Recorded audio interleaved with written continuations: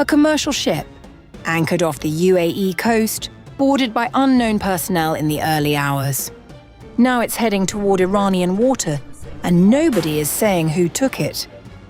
This is the Strait of Hormuz in May 2026, a waterway that carries a fifth of the world's oil, and Iran is tightening its grip.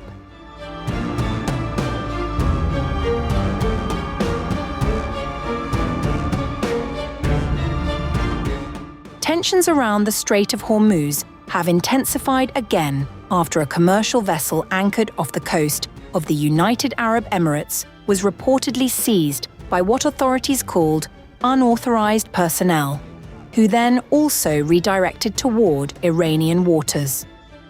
According to the UK Maritime Trade Operations, the Royal Navy-linked body that monitors shipping threats in the region, the vessel was boarded early on May 14th while anchored roughly 38 nautical miles northeast of the Emirati port of Fujairah. UKMTO said the ship was later observed heading toward Iranian territorial waters near the entrance to the Strait of Hormuz, one of the world's most strategically critical energy choke points. UKMTO has received a report of an incident 38 NF northeast of Fujairah, United Arab Emirates. The CSO has reported that the vessel has been taken by unauthorized personnel whisked at anchor and is now bound for Iranian territorial waters. UKMTO will continue to investigate. Vessels are advised to report any suspicious activity to UKMTO. Authorities have not publicly identified the vessel or the group behind the seizure. The incident comes amid growing regional friction between Iran, Israel, and Gulf Arab states following months of conflict across the region.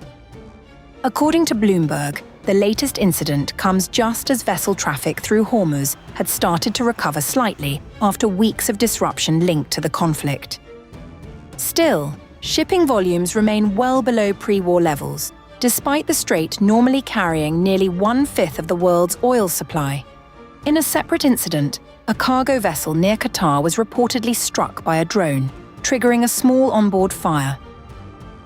Hours before the reported boarding, Iranian Foreign Minister Abbas Araghchi accused the UAE of collusion with Israel after Israeli Prime Minister Benjamin Netanyahu reportedly claimed he had quietly visited the Emirates during the ongoing Israel-Iran war. The UAE swiftly denied that any secret visit had taken place. The seizure also highlights Iran's expanding control over maritime traffic around Hormuz. Earlier this month, Tehran announced a wider maritime security zone stretching from the Iranian coastline to waters near Fujairah and al-Quwain in the UAE. The region has witnessed repeated maritime confrontations since the war began. Iranian forces seized another tanker in the Gulf of Oman last week, accusing it of exploiting regional conditions. Fujairah itself has become increasingly sensitive during the conflict. The Emirati port is one of the Gulf's most important oil export hubs and serves as the UAE's main maritime outlet outside the Persian Gulf.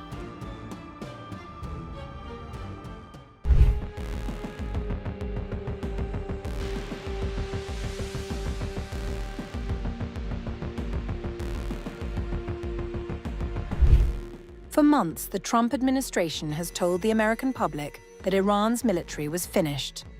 Classified intelligence suggests otherwise.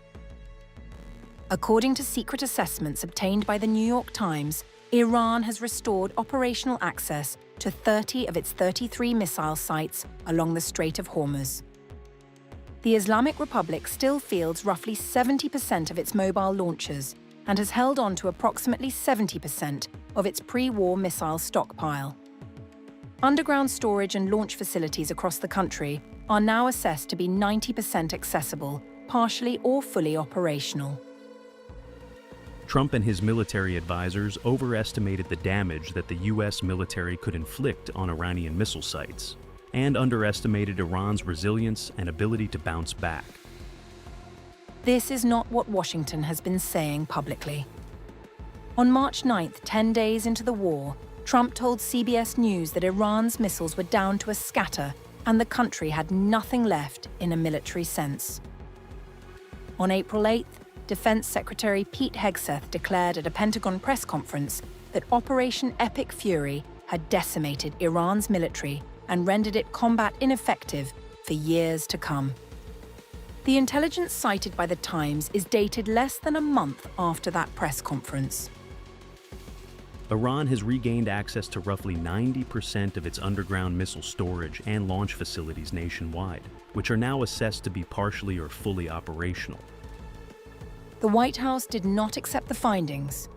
Spokeswoman Olivia Wales said anyone who thinks Iran has reconstituted its military is either delusional or a mouthpiece for the Islamic Revolutionary Guard Corps. The Pentagon went further. It is so disgraceful that the New York Times and others are acting as public relations agents for the Iranian regime in order to paint Operation Epic Fury as anything other than a historic accomplishment.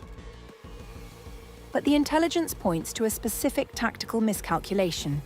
When American forces struck Iran's hardened missile facilities, the Pentagon opted to seal off entrances rather than destroy entire sites, partly because stocks of bunker-busting munitions were limited. Officials said planners also needed to preserve some of those weapons for potential conflict with North Korea and China. The costs of the campaign are now adding up. The US expended roughly 1,100 long-range stealth cruise missiles, more than 1,000 Tomahawk missiles, and over 1,300 Patriot interceptors during the war. Replenishing those stockpiles, officials acknowledge, will take years. And for Iran, for whom mere survival would have been a victory, this sounds like way more than just a win.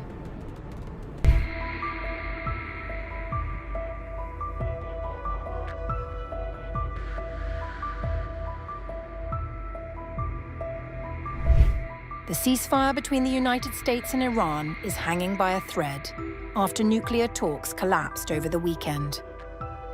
In the latest round of threats going back and forth, Iranian Parliament Speaker Mohammad Bagher Ghalibaf, who led Iran's negotiating team in Islamabad last month, was blunt. Our armed forces are ready to deliver a well-deserved response to any aggression. Mistaken strategy and mistaken decisions will always lead to mistaken results. The whole world has already figured this out. We are prepared for all options. They will be surprised. The warning came after Iran refused to budge on its nuclear program over the weekend, submitting a counter-proposal Trump called a piece of garbage. The ceasefire, he said, was on massive life support. According to Iran, though, America has very few options. There is no alternative but to accept the rights of the Iranian people as laid out in the 14-point proposal.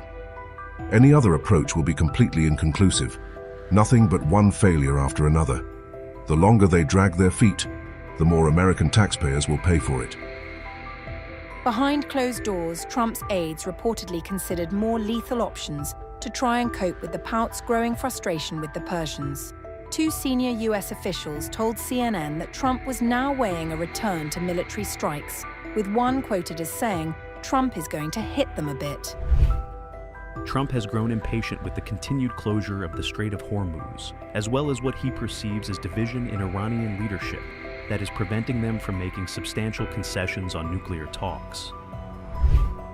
On May 11th, Trump gathered his national security team in the White House Situation Room with Vice President J.D. Vance, Secretary of State Marco Rubio, and Secretary of War Pete Hegseth among those present.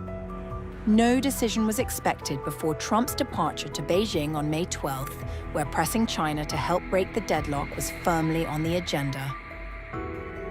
The Treasury moved in step, sanctioning 12 individuals and companies on May 11th for helping Iran ship oil to China, while the State Department offered up to $15 million for information on the financial networks of Iran's Revolutionary Guard Corps. For now, the Strait of Hormuz stays shut, oil prices keep climbing, and with diplomacy stalled, Washington and Tehran are now measuring their next moves carefully.